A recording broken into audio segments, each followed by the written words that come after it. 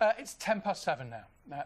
Buying a home is the single biggest financial decision that most of us will ever make. But for many people, it can be a bruising process. Yeah, around 1 million homes were sold in England alone last year, yet almost a quarter of sales fell through. So today, the government's announcing a consultation for England and Wales that will look at how to make the process smoother. Let's talk in more detail with a couple of people who know all about this. The property analyst Henry Pryor is here in the studio. First-time buyer Dipti Tate is in London for us this morning. Dipti, good morning to you as well.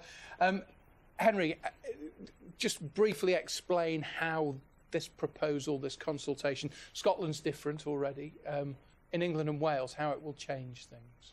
Well, the government clearly have an appetite for consulting. They've announced at least half a dozen so far this year. This particular topic, looking into the buying particularly and selling process, is the fourth that's been undertaken in my career. So there's no shortage of enthusiasm to ask questions. Nothing's changed, though, in your career, has it? And very little has changed, although we'll come on perhaps in a moment to one of the big tombstones from these consultations, which was the controversial home information packs, which came out of the last one, but perhaps more of that in a moment.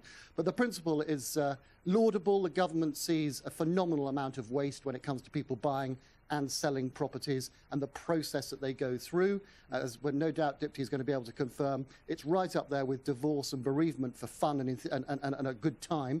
And it's not something that anybody should get involved in, in a light-hearted manner. The word mortgage, we have to remember, just to illustrate how serious this is, comes from the French word for death. And it's very important as a result that people don't necessarily rush into these things. No. OK, let's bring Dipti into the conversation now. Very good morning to you, Dipti. How stressful has the process been for you? Tell us what's happened. So, yeah, really, really stressful. And I'm actually quite an optimistic person. So for me to get stressed, it's quite a tall order. We started looking for houses sort of March time, and we looked at about 30, 40 houses. And then when we found a house in July, we kind of thought it was going to be plain sailing from there. But really, from the beginning, it was highly stressful. I mean, even applying for the mortgage was a real stressful process. My partner, Toby, was a freelancer, and they really sort of insisted that he needed a proper job. So he even, sort of stopped contracting and got a real job. And then, that in itself, the process before and even now, 14 weeks later, bearing in mind we're both chain-free at either end, we still have no dates, and it's been quite horrendous. But what are those stumbling? Why, if there's no chain on either side, it doesn't seem to make sense. Why is it taking this long? Exactly, it really doesn't make sense. I mean, if I had the answer to that, I think we wouldn't be having this discussion. So, it's a process that is actually beyond any sense. The communication is a real issue, I think, and I think the three departments that kind of need to be speaking to each other don't speak to each other quite often, or they speak to each other too late, so the kind of conveyancing or the legal, the money side, the estate agent side, it just doesn't feel that there's any cohesion there at all. OK.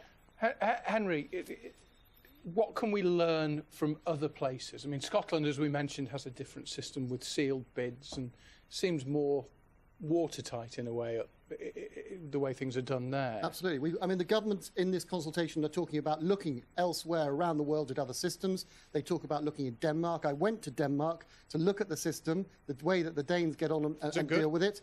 At the last consultation that we had, and interestingly, the Danes had these things called home information packs, which Dipti would have found enormously helpful because they lay out in a sort of as a Bible a manual, as it were, for the property you're thinking of buying, all the information about it that should be helpful when it comes to making those kind of decisions. But those are gone now, aren't they? Home information packs were introduced at huge expense, at massive inconvenience to the process and the flow of buying and selling, and then scrapped. And a lot of people's livelihoods were scrapped in the process, which was very unfortunate. The thing we have to remember, and perhaps this consultation will focus on, is that when it comes to buying and selling, the vast majority of people will employ an estate agent when they sell. They represent the seller, they're paid by the seller, but buyers notoriously go out there with very little experience to buy what, Roger, you said was their, as rightly as their most expensive single purchase. Absolutely. They fall in love with something, as inevitably emotionally we do And when you we're can looking for a imagine home. yourself living there and your And dreams then they and think everything they are else, the yeah. best person to negotiate the deal, and that's the difficulty, and that's what the government's going to look into.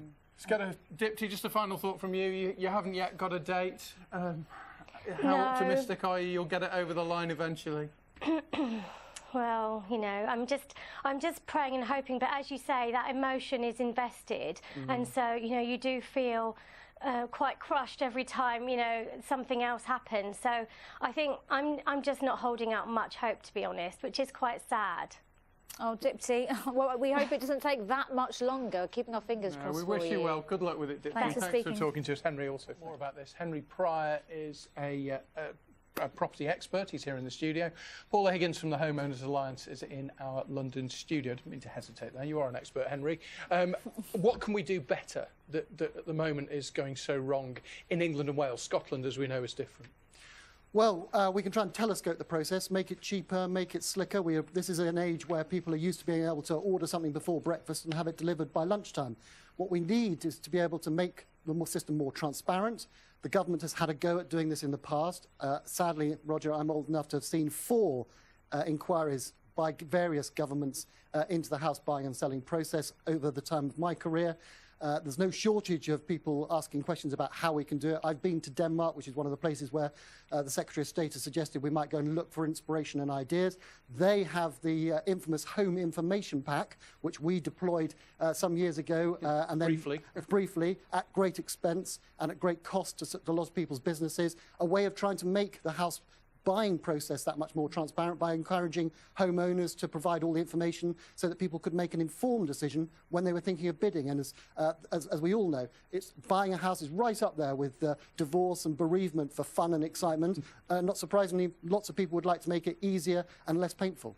Estate agents have a bad reputation, don't they, when it comes to, not all, but some, when it comes to some of the stresses, the delays, the reasons behind, you know, that process being quite stressful.